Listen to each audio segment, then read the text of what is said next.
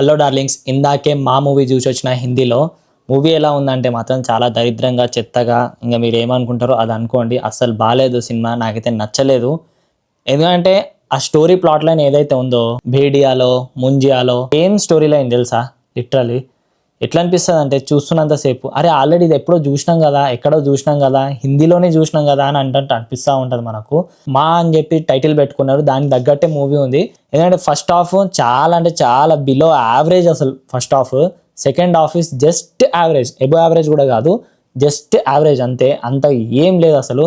Production డిపార్ట్మెంట్లో మాత్రం చాలా బాగా చూపెట్టిండ్రు. ప్రొడక్షన్ క్వాలిటీ అనేది చాలా బాగా తెలుస్తుంది. విఎఫ్ఎక్స్ సిజిఐ వర్క్స్ కూడా చాలా బాగుంది.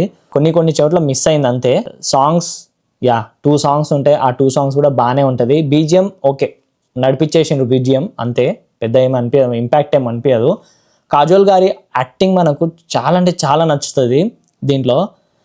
స్పెషల్గా చెప్పాలంటే క్లైమాక్స్లో చాలా బాగుంటుంది ఆమె యాక్టింగ్, నాకైతే మస్తు నచ్చింది. మళ్ళీ యంగ్ జనరేషన్కి వెళ్ళిపోయినట్టు అనిపించింది కాజోల్ గారిని చూస్తే, అంత బాగున్నారు.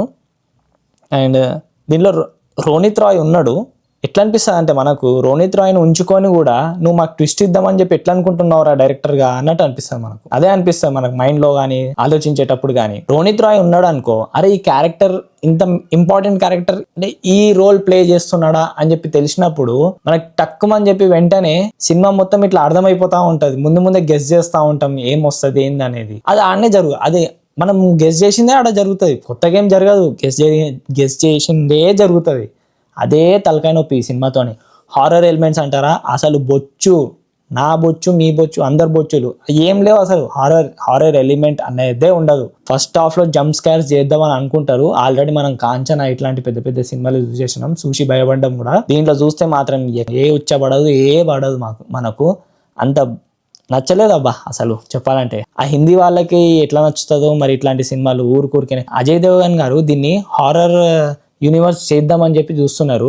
ఆయనకి వేరే స్టాండ్ అలోన్ సినిమాలు చేయడం చేత కాక ఈ సినిమాలు చేస్తున్నారేమో అనిపిస్తుంది. ఎందుకంటే ఆల్రెడీ శైతాన్ 2 ఇంకా చాలా ఉన్నాయి చెప్పాలంటే, ఇంకా వాటి గురించి ఎందుకు కానీ అన్ని సీక్వెల్స్ చేస్తున్నారు. స్టాండ్ అలోన్ సినిమా చేస్తే చేతనైతే లేదు, ఆయన చేయలేకపోతున్నాడు. ఇక నాకైతే నచ్చలేదు అబ్బా లిటరల్లీ చెప్పాలంటే. ఎంత బేసిక్ స్టోరీ ప్లాట్ లైన్ ఉంటుందంటే, వెస్ట్ బెంగాల్లో ప్లేస్ అయి ఉంటుంది స్టోరీ మొత్తం.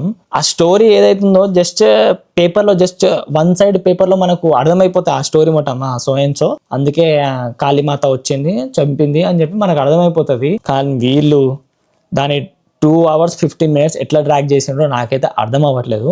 ఇట్స్ ఓకే, డ్రాగ్ చేసిండ్రు ఓకే. ఫస్ట్ హాఫ్ కొంచెం ఎంగేజింగ్ ఉంటుంది, బట్ యావరేజ్ అనిపిస్తుంది. Second half 2 average. అసలు ఇంతే కదా, ఇదే కదా, మనకు తెలియదు ఏమన్నా కొత్తగా ఏమైనా ఉందా దీంట్లో అని చెప్పి ముందే అర్థం చేసుకుంటా ఉంటాం మనం స్టోరీ మొత్తం. సో అది సంగతి. సినిమా అయితే నచ్చలేదు నాకు. ఒకవేళ మీకు నచ్చుండొచ్చు, నాకైతే నచ్చలేదు. శైతాన్కి ప్రిక్వెల్ అన్నమాట, స్పిన్ ఆఫ్గా తీసిండ్రు. శైతాన్ 2024లో మన మాధవన్, అజయ్ దేవ్గన్ చేసిండ్రు కదా, దానికి ముందు వచ్చే మూవీ ఇది. నాకేం అనిపించలేదు అసలు. పోస్ట్ క్రెడిట్ సీన్ చూడంగానే అనిపించింది నాకు, అరే ఈ సీన్ దాంట్లో ఉన్నదే అని చెప్పి చూడంగానే అనిపించింది. ఎవరు అనేది కూడా గుర్తుపట్టేసిన అట్లున్నది సంసారం. ఏం చేస్తాం ఇక. సరే పోనీ, ఏముంది, సినిమా మాత్రం నచ్చలేదు, బాగాలేదు. ఇంకా మీరు ఏమనుకుంటారో అది అనుకోండి. Subscribe to my channel movie tug, like, share, comment. So follow my Instagram account. Bye darlings.